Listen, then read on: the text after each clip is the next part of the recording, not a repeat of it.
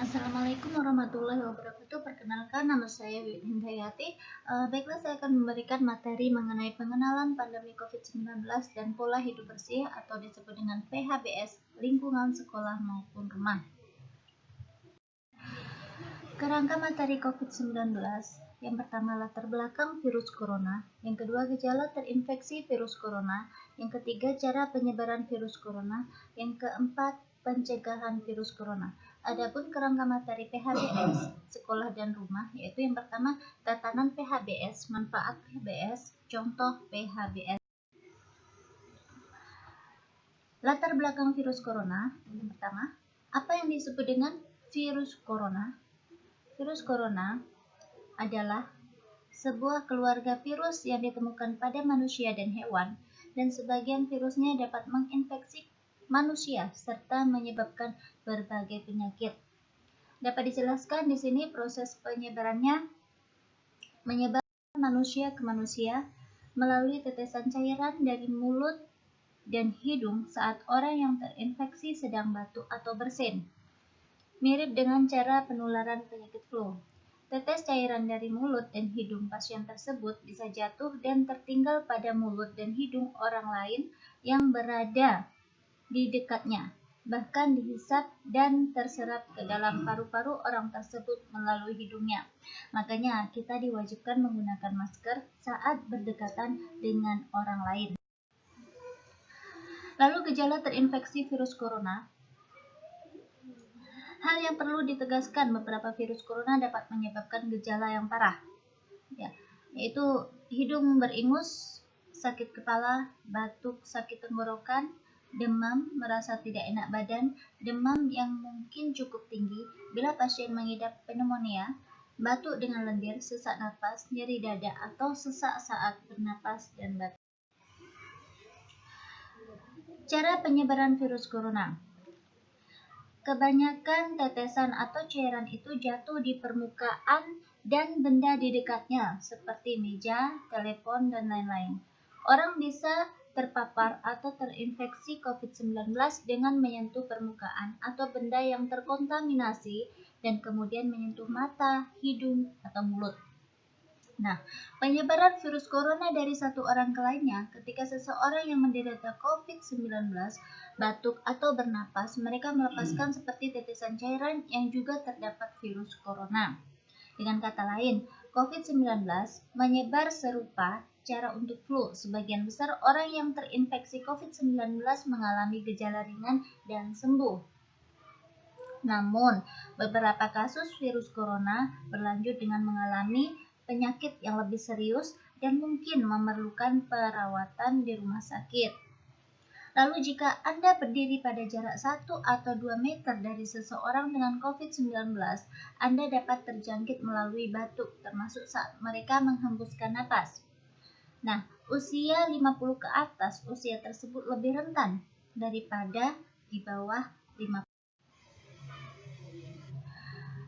Selanjutnya, pencegahan virus corona.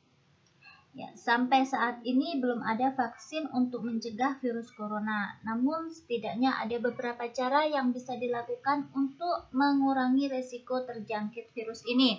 Yaitu yang pertama, sering-seringlah mencuci tangan dengan sabun dan air selama 20 detik hingga bersih. Lalu hindari menyentuh wajah, hidung, atau mulut saat tangan dalam keadaan kotor atau belum dicuci. Lalu hindari kontak langsung atau berdekatan dengan orang yang sakit. Hindari menyentuh hewan atau unggas liar, membersihkan dan mensterilkan permukaan benda yang sering digunakan. Tutup hidung dan mulut ketika bersin atau batuk dengan tisu, kemudian buanglah tisu dan cuci tangan hingga bersih.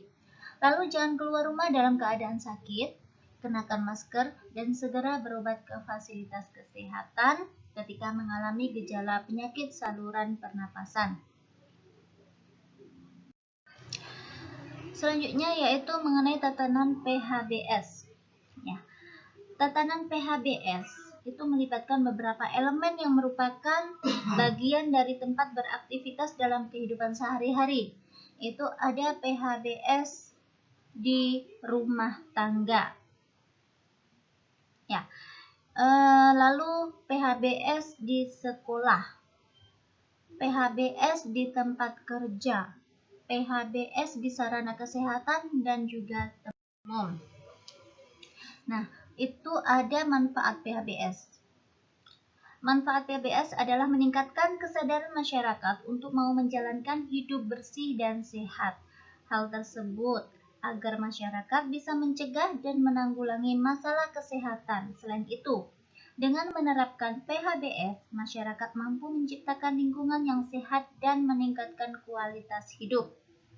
Ya, yang pertama manfaat PHBS di sekolah. Itu mampu menciptakan lingkungan yang bersih dan sehat, meningkatkan proses belajar mengajar dan para siswa, guru hingga masyarakat sekolah menjadi sehat. Lalu ada manfaat PHBS di rumah tangga, yaitu setiap anggota keluarga mampu meningkatkan kesejahteraan dan tidak mudah terkena penyakit. Rumah tangga sehat mampu meningkatkan produktivitas anggota rumah tangga. Lalu yang ketiga, manfaat PHBS di tempat kerja, yaitu para pekerja mampu meningkatkan kesehatannya dan tidak mudah sakit, dapat meningkatkan produktivitas kerja dan meningkatkan citra tempat kerja yang positif. Lalu yang keempat, manfaat PHBS di masyarakat, yaitu mampu menciptakan lingkungan yang sehat, mencegah penyebaran penyakit, masyarakat memanfaatkan pelayanan fasilitas kesehatan dan mampu mengembangkan kesehatan yang bersumber dari masyarakat. Nah, itu mengenai PHBS ya. Nah, di situ ada contoh PHBS ya, mencuci tangan dengan sabun sebelum dan sesudah makan, mengkonsumsi jajanan sehat, menggunakan jamban bersih dan sehat, olahraga yang teratur, memberantas jentik nyamuk, tidak merokok di lingkungan sekolah, membuang sampah pada tempatnya, dan melakukan kerja bakti bersama warga lingkungan sekolah untuk menciptakan lingkungan sehat. Oke, sekian materi dari saya. Terima kasih, semoga bermanfaat. Wassalamualaikum warahmatullahi wabarakatuh.